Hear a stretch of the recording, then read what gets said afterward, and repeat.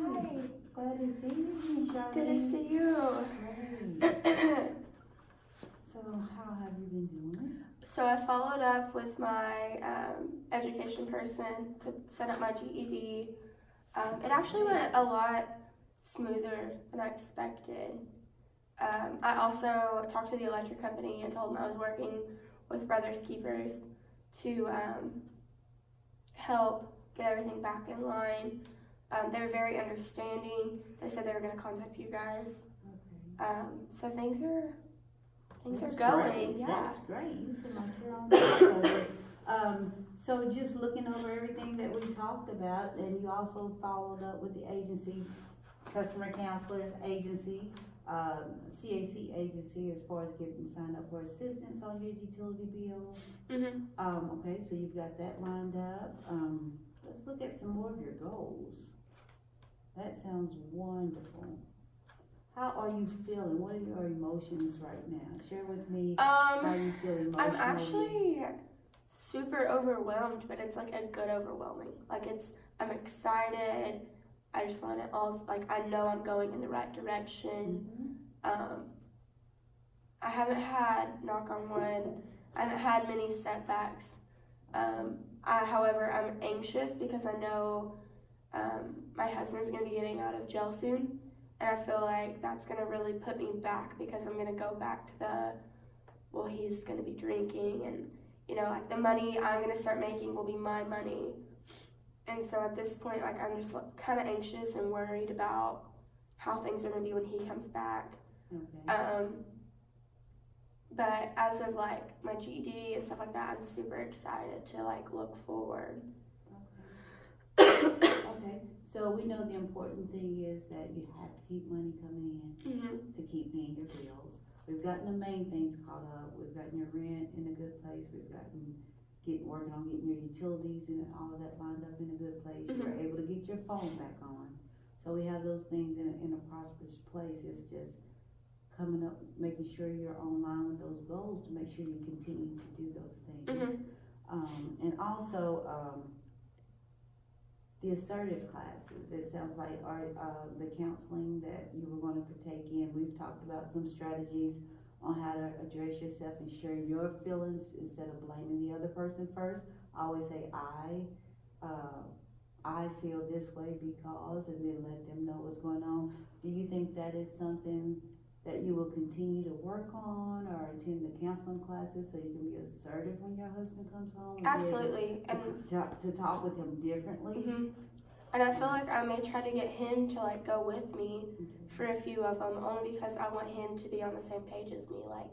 I don't want to be on this side of the fence and then he on the other side of the fence.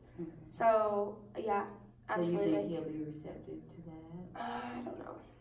And honestly, we've been apart now for a couple months, and I miss him, but at the same time, I'm kind of seeing life without him. So I don't know what that's going to look like with us in the future, but as of right now, I'm happy with where I am and where I'm going and how things are working out.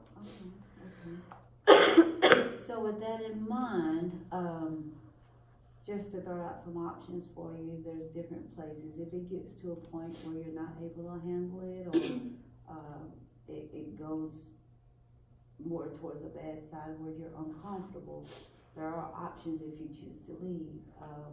One option would be maybe going to the YMCA to stay to where they have one-room efficiencies for women, and that would be a good outlet to stay as you get on your feet and continue working on your GED and working and getting those things in order. But that's something you can look to in the future. You don't have to plan that now because we're not planning for your relationship to end. We're going to see what we need to do, okay? Okay. So our next step, let's talk about, we only have a couple more visits, so let's talk about terminating our relationship. How do you feel about that? It makes me feel really anxious because I can't always come here and it's more of a positive environment.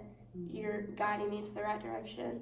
So it's gonna be hard not to have that person to continue to push me and tell me, you can do it, you can continue, I'm here to help. So that definitely, it's kind of a setback. Well, think of it this way. You have really set your own goals. We've just had conversations to where you could hear it out loud, and I maybe threw you some options, but you were actually able to set your own goals. So you've set those goals, you're following through, and now you know that path on how to find the right information, what you need to do when you're needing help with utilities, when you're needing help with food or whatever else you're going to need assistance with. Now you know the strategy on how to accomplish that. Right. So you should feel empowered that you've done these steps on your own. It is apparent that you are ready and equipped to continue on this journey, especially already signing up for your classes, for your GED, and working on getting a job. And your attitude before, if you remember in the beginning, your nerves were so stressed, you were so upset, you felt you were having a heart attack. And now you're coming in here positive, you're holding your head up, and you're working towards yourself, working on yourself. So you've made some great strides, and I commend you for that. Okay. So, let's see what our next steps are going to be. Let's see. So we know that when we do depart, you're on track to follow through with your GED and your job and everything. So I want to set up a follow-up with you. Let's talk about following up to see how far you've gone. Okay. And that would be our last visit together. Okay. Don't ever feel that if you get so far off track or you're always welcome to come back to this agency, whether you see me or anyone else. Don't forget that this type of support is here for you as well. But let's talk about our follow-up. And with the follow-up method, I may thank you for filling out the survey you filled out again, because it helps me to understand where your feelings and emotions are. And I may evaluate you again that way. On paper, I will call you to remind you maybe a week before or a few days before, remind you of the office visit. But we're going to schedule it out about 4 weeks from now. Okay. So a little further out. A little further out to give you time to follow through and just kind of be mindful of your process, of your progress. Okay. If you can think about it, write it down, because things may change and get you off track. So starting to journal and deal with your emotions and things like that would be good to have. That's helped me a lot. And jot those things down so you can share them, keep on track with your job. But we're just gonna follow up and touch base to see where you are to make sure things are working for you. Okay. Okay. So do you have any other questions for me or concerns? No, I'm ready to go. I'm ready to get started. Okay. Well, I do want you to share before you leave. I want you to share about your emotional state, your feelings right now. How are you feeling about yourself, your situation, your goals overall? I feel like starting all this journey, I was very negative and I was very discouraging toward myself. And now I feel more positive and more ready to get out there. I have more confidence. That's great. That's great. And have you been able to reach out to family members or other support or friends or anything like that? I did, and I still have that one friend who is encouraging me, which is really good. I think it was in our first session I was telling you how I didn't feel like she was really there for me, but I truly think she is, because she's still with me. She's still encouraging me to do better and all these other things. So yeah, I have reached out to her. My main concern now is my husband. Okay. So we'll see what happens. We'll see what happens. Do you have any idea when he will be returning home? I think it's 2 months. Okay. So our next follow-up visit will be close to when he comes back, I guess. Okay, and I feel like that's going to be a good amount of time for you to get in the flow of things, or how things are your life is going to be totally different when he comes home. And it is, and I'm not sure how he's going to adapt to that. So he may not like it, and that's fine, because I've learned to live on my own. So share with me how you feel about this. Was your first time walking into this agency. How did you feel about working with a social worker? It was, at first it was like intimidating, because when I hear social worker, I think they're taking everything from me. But really I realized that there's out there helping me to get back on my feet. There's not very many negatives. You kind of you get what you get. If you're not going to put forth any effort, then they're not going to help you.